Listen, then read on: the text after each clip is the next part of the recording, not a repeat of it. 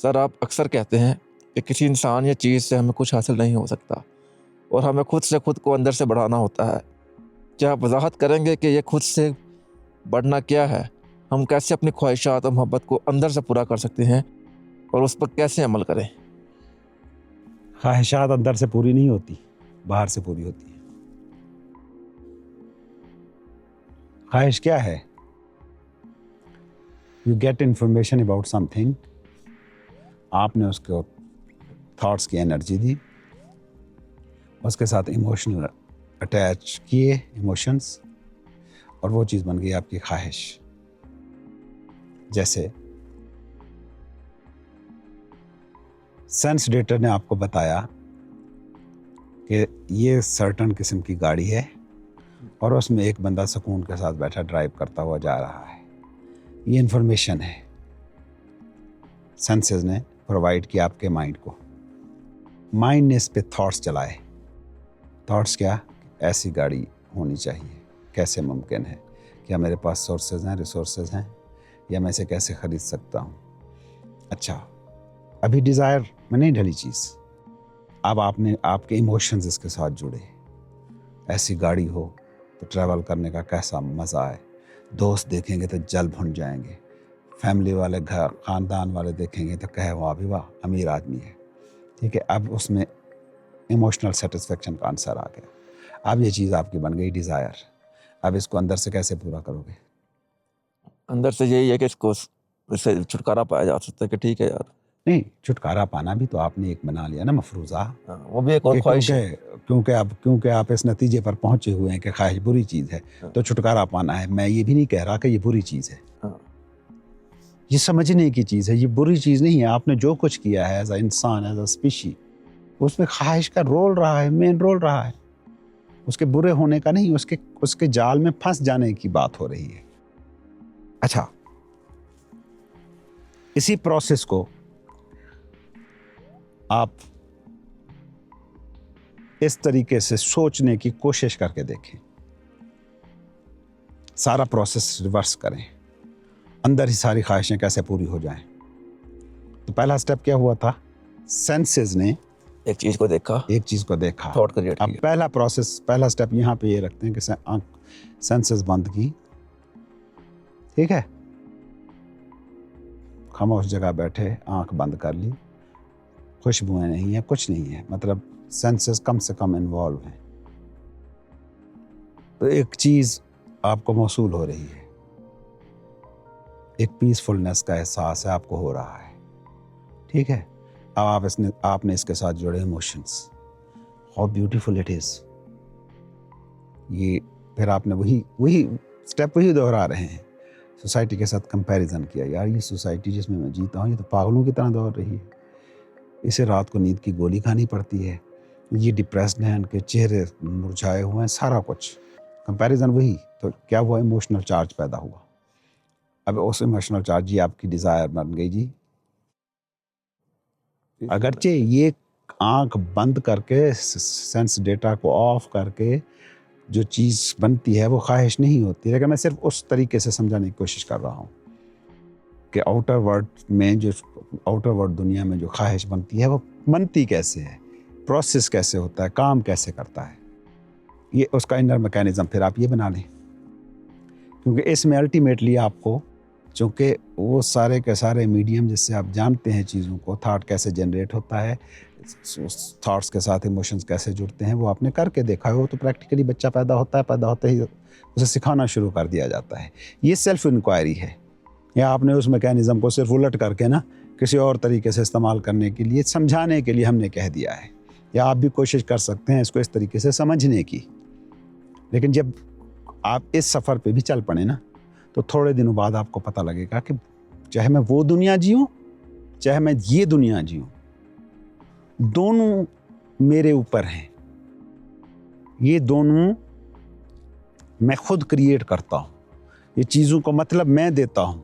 जैसे गाड़ी को मतलब दिया, वैसे इस पीस को मतलब दे रहा हूँ। इस पीस के साथ भी अटैचमेंट नहीं होती। आपको लगता है कि दिस इज़ मी, जैसे मुझे होना चाहिए। तो अगर आप उसे अंदर की दुनिया में जाके बदलना चाहते हैं तो इस तरीके की मशकें कर सकते हैं आप। It is not actually the way.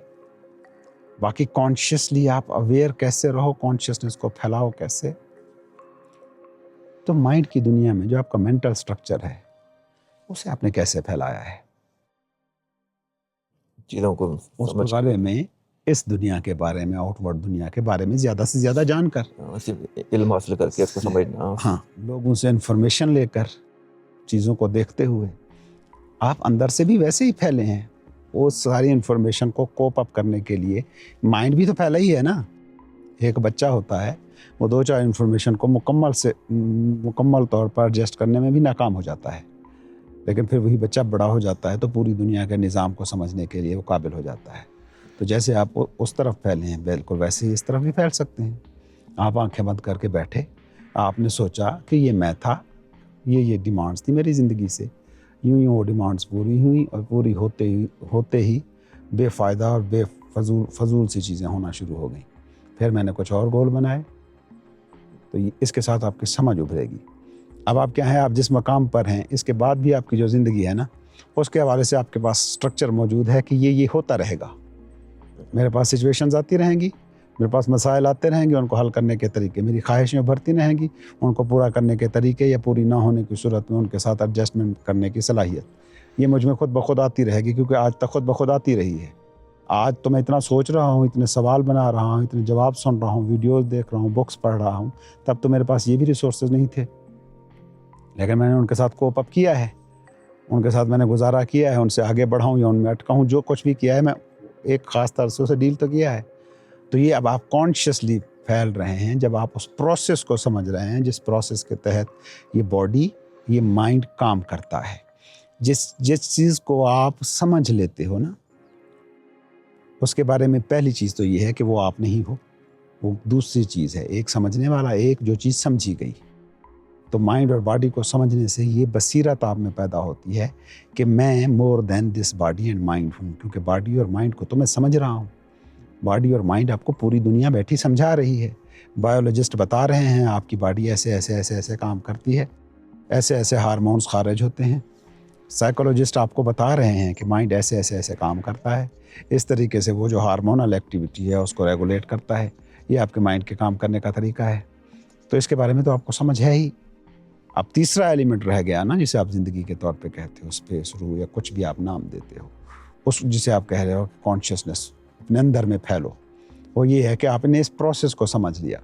इस समझने में ही एक बात तय हो गई कि समझने वाला और है, जिसको समझा गया है वो और है। तो अब more than body and mind जब आप हो गए, तो बॉडी और माइंड के जो सिचुएशंस आपके सामने आएंगी, वो सिचुएशंस आपको तंग नहीं कर सकती। सिचुएशन तंग करती हैं जब आप उन सिचुएशंस के साथ एक हो जाते हैं, क्योंकि खुद को बॉडी और माइंड समझा हुआ है।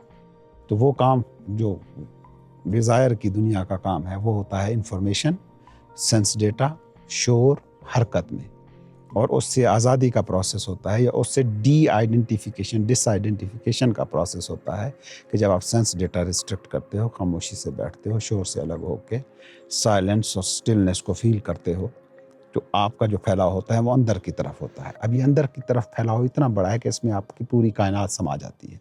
इसमें ख्वाहिशात भी होती हैं, मगर तंग नहीं करती आप। तंग ख्वाहिश तो बाहर की दुनिया में काम करने का मैकेनिज्म है ना, वो तो चलता रहेगा, वो चलता रहेगा। तंग आपको ख्वाहिश थोड़ी करती है।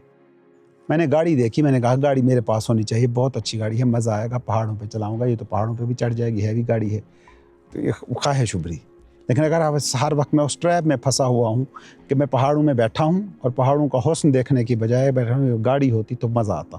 भाई ये भी मज़ेदार सीन है, इसको भी देख लो। तो वो जो है ना, ख्वाहिश मसला नहीं है, ख्वाहिश के साथ आपका आइडेंटिफाई होना, इस तरह जुड़ जाना कि आप में और उसमें फ़ासला ही ना रहे। चीज़ें समझ में आती हैं, नज़र में आती हैं उस वक्त जब आपके और उसके दरमियान फ़ासला हो।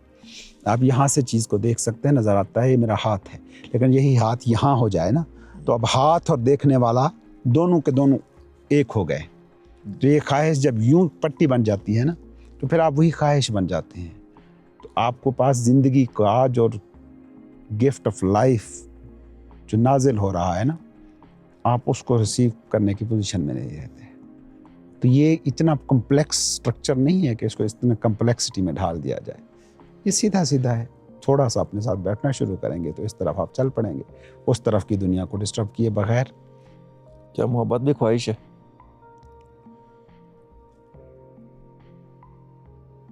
पता नहीं आप किस तरह की मोहब्बत कह रहे हैं। वो जो आम तौर पर जबिल्लतन आपके अंदर मर्ज करती है, वो मोहब्बत जो 2 साल के बच्चे को वैसे नहीं टच करती, 80 साल के बूढ़े को टच नहीं करती, लेकिन एक नौजवान आदमी को अटैच करती है। तो वो भी अटैचमेंट है, मोहब्बत तो ना हुई फिर? नहीं, मोहब्बत की एक मिनिएचर तो ज़रूर है ना।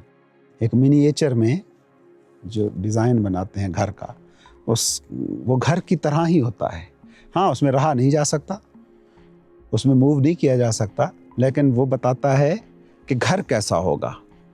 वो जो मोहब्बत का एहसास होता है, जो लड़का लड़की के, अगर स्पेसिफाई कर दूं मैं, लड़का लड़की के दरमियान एक मोहब्बत का ताल्लुक डेवलप होता है, वो जो आप फील कर रहे हो ना, वो जो हायर वोल्टेज पर लाइफ आपको टच कर रही है, वो उसका मिनिएचर है। लेकिन अगर ये फैलती है और इस आप कॉन्शियसली इतना फैलते हैं कि पूरे के पूरे स्ट्रक्चर से आप मोहब्बत महसूस करते हैं, तो अब आप मिनिएचर से बाहर आके उस घर को एंजॉय कर रहे हैं।